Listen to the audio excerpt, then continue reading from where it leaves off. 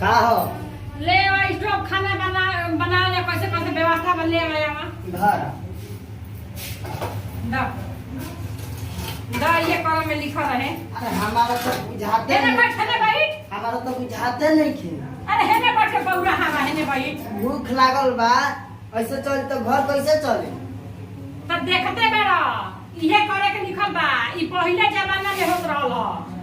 Stove पर खाना बनी कब आज बनी, आज कब ना बनी, भूख लागल। आज 10 बरस पहिले ही होत रहल ह हाँ। खाना ये पर लेकिन आज के डेट में गैस हो गई बा हाँ ये कुल जमाना चलता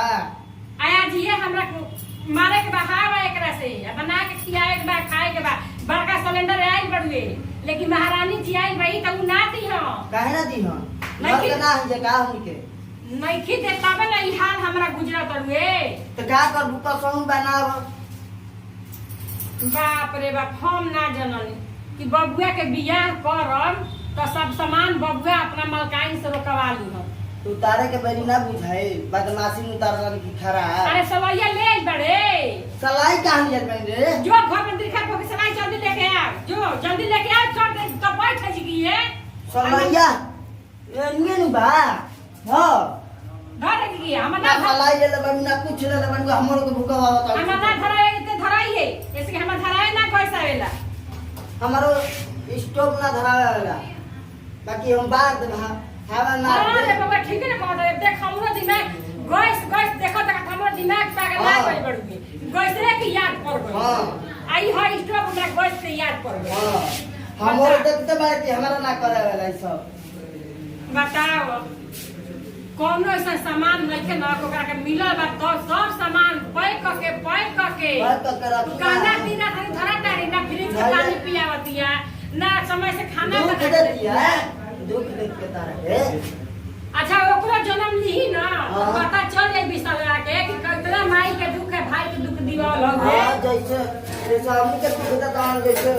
वो से दुख ना और ना भाई हइहा मराता इहो के ना ए माई तू बा इहो बिगड़ा बा का भइला मां बाहर छोटे छोटे तो हाथ में घाव बाजे रे दादा बाहर बियाह करब ना हाँ। ऐसन पत्तो खरजन घर में ना ले आ तू बिसरा लेखा मत करी लो हम काहे के कर ई ना तो मैं करे के कमाई दिया हमारा में बैठ के खोइयो तो हम तो उहे हलिए नहीं कर तो हम कमा कहां जतन रे माने एगो बात कहता नहीं पूछ लिए फल फूल तो अरे हमरे बुढ़ा में किसी तन मनी मिलता तो उहे ना बा आधा हमरो के दिया आधा भइयो के दिए ना तो भइयो के सब क्या दिया। करते हो काय चला तो जा सुतल में नींद खराब होता हाला है ना खाने क्यों करी रहेंगे हाला ना करी ऐसा नहीं मैं स्टॉप तेरी कर नींद खराब होता ठीक बा आज बड़ी नींद खराब करे देखा बुझाता बोलने कि लगा। काठमांडू जिला ले तो क्या बड़ू का कि नींद हराम तनी होता बहुत नहीं कम चलावा ठीक बा अन्य तनी खराब होता है देखा तू कम चला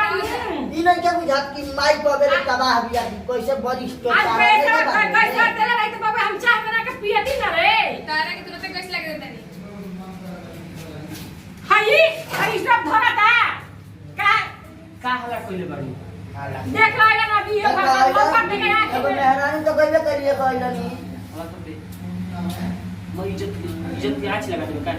आँच लगा दे। तोरा इज्जत का डर रहता ये कुल होखी ते घर में गैस धरा बार बस रखा जाइया हर स्टॉप पुरान पुरान दे दिया जाई कि ले माई ले अपने तबाह टाइम हो गए अभी चाय ना बनल मेरा घरे देखिए ना लगले हमारा खराई ना आई स्टोप में तू गैसो में ताला बंद हो गइल बा तो स्टोप में नजर आ जाई गैसवा नहीं खेलत का ना ना जा सकता खाना ना बनी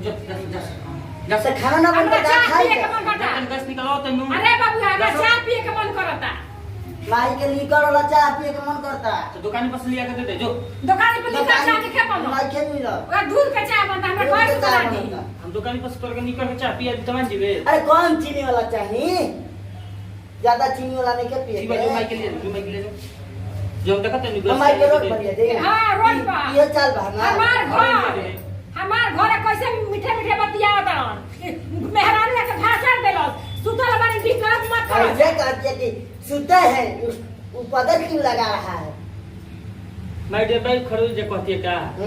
तो घर जा हमू कह देनी कि काठमांडू जिला ले बड़े का कैसे बोला था ठीक बजा जा जा तो दिमाग में एकरा बात में हमरा कब हंसी उठे बड़का ही मेहर मौग हो हां गई छूटा तारे हमार खून खौलता एकरा बतिए में हमरा हंसी हमारे छुटा खेत पता के फिर ओपनी खोदे जाई हम तनी की चाहवा ले ले जाई होनी के तो आई पहले बता दिमाग चटबा जा कि जा हम कैसे अरे सुन ई पहले बता हाँ। कि हई बहुत रुपया उठा तू क्या पहले कर भाई कौन सिंह के फिल्म देखले रही हूं हाँ। तो पटिया पैसे मरवाइले रहे हां तो हम मरवाए के सोचत रहे भई अपने से मार ले है का मुंह देखी हां हां ई पहिलका डिजाइन है अरे ये अपने से जो कर ले आवे हां भाई ते हम तो गजब को चटल जो हम गए जाके अब मुंह धो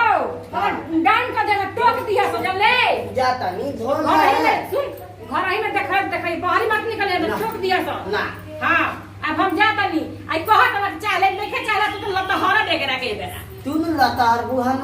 वो हां लत हरा देके रखे हम हाथ में घबरा मत ठीक बा हम घर तक ले जाके घबरा मत जाता नहीं आज उनको बाई लागल बन तुमको आज बाई हम छोड़ाइए न देता नहीं रुको आज रुका ना छोड़ा दे नु तब वो कहीं क्या कहत नहीं वो रुक जा हई हाल हो मिल ना हमारी कहते कि तोरे गलती बा हम क्या कहती कहे भैया की गैस में ताला मारता चाहे हई कद हऊ कद हम विशाल पूरा भोजपुरिया समाज के गोड़ छुके गोड़ लगाता है हम और देखता नहीं रहन हम अपना मेहरारू के देखबे कहीं नहीं कि का कहती है माई हमार एकरा में हमार का गलती बा हम भला अपना माई से कहम कि मैं तू स्टोव पर खाना बनाओ गैस पर मत खाना बनाओ तो ये देखी जा और वीडियो को शेयर करी जा और कमेंट करके बताई जा वीडियो कैसा लग रहा सबके लेकिन एक बाद हम जाता नहीं अपना मेहरारू को समझाई नू कि आज की तो समझिए जी ना तो नहीं हो भागिए जी तेही से तेही विदाई अगला वीडियो में फिर से मिला जाए जय हिंद जय भारत जय भोजपुरिया समाज।